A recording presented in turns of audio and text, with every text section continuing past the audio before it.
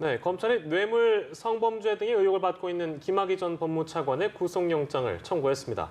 특가법상 뇌물 혐의를 적용했습니다. 네, 자세한 내용은 김한규 변호사와 함께 짚어보도록 하겠습니다. 어서 오세요. 네, 안녕하세요. 예, 김학의 전 차관 결국에 구속영장이 청구됐는데요. 일단 구속 가능성 어떻게 전망하십니까? 네, 이게 사실 세상에 이 사건이 알려진 지 6년 만인데요. 예, 지금 검찰에서 영장 청구할 때 이 범죄 혐의 사실을 일단 뇌물로 잡았습니다. 네네. 뇌물도 이제 지금 언론에 보도된 바에 의하면 1억 6천만 원 정도인데 이게 가장 큰 어떤 핵심은 뇌물을 줬다고 이제 주장하는 자들, 예를 들면 윤중천 씨라든가 또 다른 사람 사업가가 등장하는데요. 이 사람들의 진술이 얼마나 구체적이고 일관된지 예. 이게 너무 오래된 사건이 거의 뭐 10년 전후의 사건이기 때문에 그 당시에 뇌물을 줬다면은 과연 어떠한 방식으로 예를 들면 뭐 계좌이체는 하지 않았을 테고 직접 전달했는지 아니면 제3자를 통해서 전달했는지 그리고 날짜는 어느 정도 특정이 돼야 되거든요. 예. 그리고 어떤 그 뇌물 전달 방법이라든가 이것이 구체적이고 좀 일관된 측면이 있으면은 어느 정도 범죄 혐의는 뭐 최소한 소명이 될 것 같은데요. 더군다나 김학의 전 차관은 지금 윤중천 씨를 알지 못한다고 지금 알려졌습니다. 본인은 그렇게 주장하고 있는데요.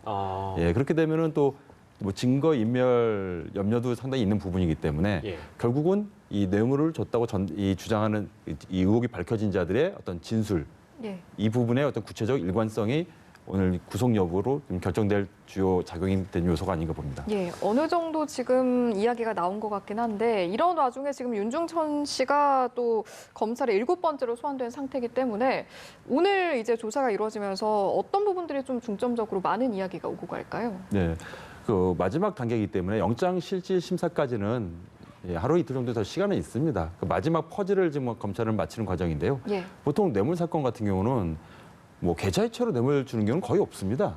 아니면 본인이 주거나 예. 아니면 누군가가 전달자가 있거나 하는 건데 이 부분의 마지막 퍼즐을 마치는 과정이고요. 또 윤중천 씨는 뭐 이전에 본인이 영장 청구를 뭐 기각은 됐지만은 받은 사실도 있거든요. 그러니까 아마 윤중천 씨 본인에 대한 범죄 혐의에 대해서도 또 추가로 접근하지 않을까 봅니다. 예, 알겠습니다. 오늘은 긴급하게 이 내용을 먼저 다뤘고요. 저희가 준비한 내용으로 넘어가도록 하겠습니다. 몰래카메라에 관련된 이 소식이 들어와 있는데 자신의 집을 방문한 여성들, 그러니까 복수입니다. 그러니까 은밀하게 불법 촬영을 한 제약회사의 대표 아들이 재판에 넘겨졌는데 무려 10년 동안 몰래카메라를 촬영을 했다고 하네요. 어떤 식으로 여성들을 촬영하게 된 건지 내 경위도 궁금하네요. 네, 자신의 거주지에 뭐 변기라든가 뭐 전등, 뭐 시계 등이 여러 곳에다 몰래카메라를 설치하고 집에 이제 방문한 여성들을 뭐 신체라든가 어떤 장면을 뭐 사진 찍거나 영상 같은 것을 피해자가 30명 넘는 걸로 알고 있습니다. 이것을 뭐 컴퓨터에 이제 노트북 같은 데 저장해놨다가 이제 발각이 된 겁니다. 10년이라는 긴 시간 그리고 최소 30명 정도가 피해자 수가 예상이 된다고 하니까 앞으로 어떤 혐의로 또 어느 정도의 중한 처벌을 받게 될지도 궁금한데요. 사실은 될까요? 지금 구속된 이 피고인이 저지른 범행 중에서 이제 검찰이 압수수색을 통해서 뭐 노트북이라든가 이걸 디지털 포렌식을 통해서 밝혀진 게 이 정도니까 더 사실 밝혀지지 않은 건 더 있을 수 있고요. 더군다나 지금 대한민국은 지금 몰카 천국이냐라는 비난을 받을 정도로 이 몰카 범죄, 특히 이제 연예인들 범죄까지 드러난 마당에 너무 많이 이런 몰카 범죄가 있어서 피해자들이 굉장히 고통을 받고 있습니다. 근데 문제는 뭐냐면 형량이 이게 징역 5년 이하의 선포법에 규정된 몰카 범죄거든요. 예. 형량이 높지 않고요. 또 실제 실무에서도 뭐 초범인 경우는 또 벌금형도 굉장히 많습니다. 예. 그래서 아마 이 사건 같은 경우는 피해자가 굉장히 많기 때문에 법원에서 뭐 벌금은 선고하지 않겠지만은 또 피해자 또 합의되면은 또 금방 또 집행유예로 풀려날 가능성도 높습니다. 근본적으로는 이제 국회에서 이게 굉장히 지금 우리 사회에 큰 해악을 끼치는 범죄라고 생각이 들어서 좀 입법적으로 좀 형을 가중한다든가 이런 좀 사회에다가 이런 범죄를 저지르면 안 된다는 메시지가 좀 필요하지 않나 봅니다. 네, 그런 방안도 필요할 것 같습니다. 이번 주제는 여기서 마무리를 짓고요. 다음 주제로 넘어가 보면 우리나라 여성을 포함해서 프랑스인들까지 3명이 아프리카에서 납치가 됐다가 지금 구출 작전으로 풀려났다고 하는데 일단 어떻게 된 일인지부터 개요부터 짚어보죠. 네, 이 40대 여성이 지금 1년 6개월 전부터 이제 세계 여행을 이제 갔다가 올 1월에 이제 아프리카에 여행을 한 걸로 알려졌습니다. 근데 문제는 이 여성의 아프리카 이제 이동 경로가 뭐 세네갈, 그다음에 모로코 갔다, 세네갈 갔다, 말리, 그리고 부르키나파소, 이번에 이제 베넨 공화국으로 가다가 납치가 된 건데요. 예. 이 나라들이 예를 들면 모로코나 세네갈 같은 경우도 지금 여행 유의 지역으로 좀 우리나라가 지정한 나라고요. 더군다나 말리 같은 경우는 철수 권고 3단계입니다. 총 4단계로 제재를 가하고 있는데 3단계면은 뭐 여행 금지 지역 바로 직전 단계거든요. 예. 굉장히 위험한 지역을 지금 여행하다가 납치됐고 이번에 이제 프랑스에서 구조 작업을 하다가 우연히 이제 사실 프랑스에서는 알지 못했다고 처음에는 있는지 몰랐다가 이제 예. 우연히 이제 같은 프랑스인과 구출된 걸로 좀 알고 있습니다. 예. 근데 글쎄요, 그러니까 왜 이렇게 위험한 여행 자제 권고 지역에 갔을까도 의문인데, 그리고 저희가 이제 앞서서도 그 스트레이트로 전달을 해드렸습니다만, 심지어 방금 변호사님이 말씀하신 철수 권고를 하는 말리도 갔잖아요. 혹시 그 이유가 밝혀진 게 있습니까? 아직까지는 좀 밝혀진 건 없는 걸로 알겠습니다. 아, 그렇군요. 그런 상황이군요. 그런데 지금 또 논란이 되는 것이 이 우리나라 여성에 대해서 지금 구출이 되긴 됐는데 항공비라든지 치료비라든지 이런 거를 지원을 해줘야 하느냐 이거 가지고도 지금 논란이 많이 되고 있거든요. 이 부분도 좀 짚어주시죠. 네, 뭐 헌법상 우리 뭐 국가가 지금 뭐 외국에 있는 우리 국민을 뭐 보호하거나 뭐 구조해야 될 의무가 있는 것은 뭐 문제될 것은 없는데요. 예. 이제 이에 따라서 긴급 군함 활동비 사용 지침이 이제 행정규칙으로 규정돼 있습니다. 네. 예. 근데 이 긴급 군함 이 비용이 사실 국민의 세금으로 지원되는 비용 아니겠습니까? 예. 그래서 굉장히 법에서는 이 지침에서는 엄격하게 좀 요건을 규정하고 있는데요. 예. 예. 그래서 이 상황 같은 경우도 뭐 자력으로 수습할 경제적 능력이 없거나 예. 그리고 뭐 연고자 예를 들면 국내 가족이라든가 이 연고자들의 경제적 능력이 없거나 이런 요건들이 반드시 충족돼야지만이 뭐 긴급 의료비라든가 뭐 긴급 소환비 뭐 비행기 비용이겠죠. 예. 그래서 이 40대 여성 같은 경우도 뭐 결국은 경제적 무자력 그리고 국내에도 아무 연고도 없거나 연고가 예. 있더라도 이분들도 경제적 무자력 그러니까 비행기 값도 없는 경우 뭐 예. 이 정도 돼야지만이 긴급 지원비가 이제 적용되는 경우입니다. 예. 그래서 아무래도 이런 질문이 나온 이유가 이제 이런 여행 자제 지역이나 철수 권고 지역을 개인이 여행을 떠났는데 문제가 생기면 국민들의 세금으로 그것을 충당한다. 이 부분에 대한 일단 비난 여론이 있는 것 같고요. 물론 이제 또 프랑스 내에서도 이 인질들에 대한 여론이 그리 좋지 않다고 합니다. 아무튼 그러면 뭐 국민적으로 안전사고나 이런 것들이 발생했을 때 국가의 의무는 어디까지 우리가 규정을 하고 받아들여야 되는지도 참 그것도 참 의문인 것 같아요. 어떻게 보세요? 예를 들면은 이렇게 이제 여행 뭐 제한 지역 4단계로 된 제한 지역이 아닌 뭐 일반적인 나라 뭐 일본이라든가 뭐 미국 뭐 유럽 지역 그냥 일반적인 나라에서 뭐 예를 들면은 갑자기 예상치 못했던 뭐 테러가 있었다든가 예. 뭐 이런 경우에는 당연히 정부가 적극적으로 나서 가지고 뭐 의료 비용이라든가 소환 비용까지 부담하는 거에 대해서 예.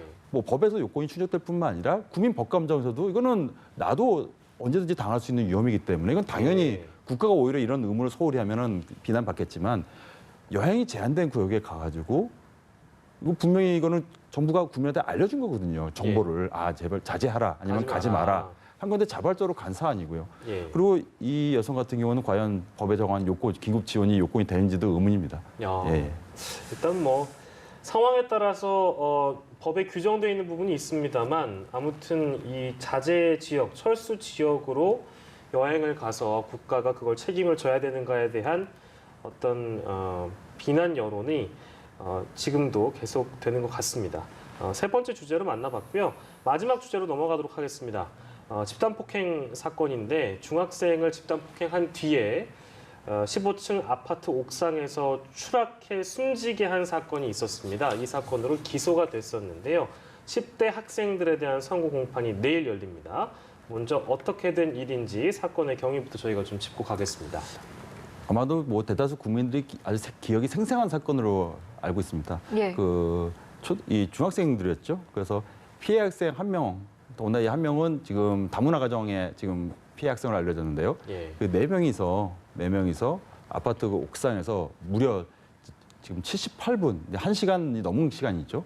그래서 굉장히 심한 구타와 폭행과 이로 인해서 이것을 견디지 못해가지고 결국은 이 피해 학생이 옥상에 추락한 사건인데요. 예. 그래서 일단은 검찰에서는 너무 사건이 잔혹하다 보니까 예. 이제 상해치사 혐의로 다 구속을 하고 그리고 법정형도 소년법에 의해서 정할 수 있는 최고형을 구형한 겁니다. 지금 예. 장기 10년, 단기 5년인데요. 예.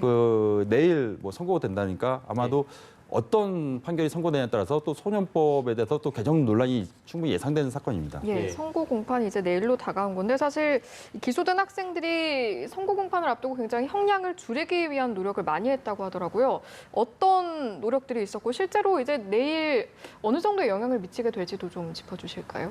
물론 뭐 모든 사건에서 더군다나 이 가해 학생들이 10대니까 본인들이 반성하고 유족이겠죠. 유족들에게 사과하고 합의를 하고 이런 시도 자체는 부정적으로 볼 것은 아닙니다. 예. 오히려 반성 안 하고 뭐 난 잘못한 게 없다는 것보다는 훨 낫고요. 예. 그리고 실적으로 피해자 유족들과 합의가 된다면은 예. 형량에도 이제 좀 상당 부분 또 감형될 여지도 있습니다. 예.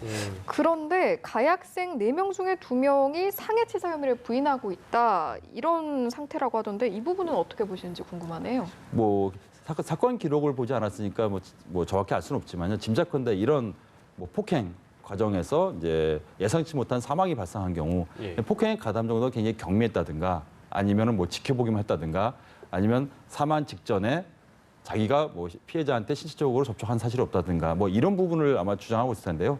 근데 법원에서 실무에서 대법원 판례 같은 경우는 이런 그러니까 다수가 이제 뭐 폭행이나 상해를 가해서 사망한 이런 치사 사건에 있어서는 예. 뭐 시접적으로 폭행이 있었는지 선후가 있었는지는 별로 크게 구별하지는 않고 있습니다. 예. 아무튼 검찰은 이 법정 최고형을 구형한 상황이고 재판부의 판단만 남아 있는 상황인데 어떻게 전망하시는지요? 네.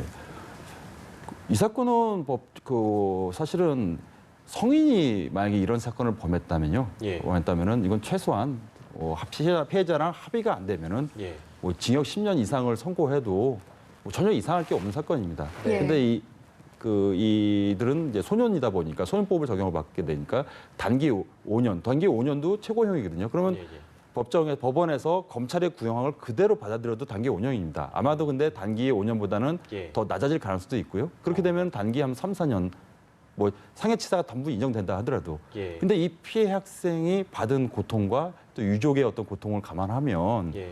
형량이 결코 무거운 건 아니거든요. 더군다나 이 소년들이기 때문에 또 뭐 그 교도소에서 뭐 성실히 보냈다 예. 또는 개선 가능성이 있다 하면은 더 빨리 뭐 가석방으로 나올 수도 있고요.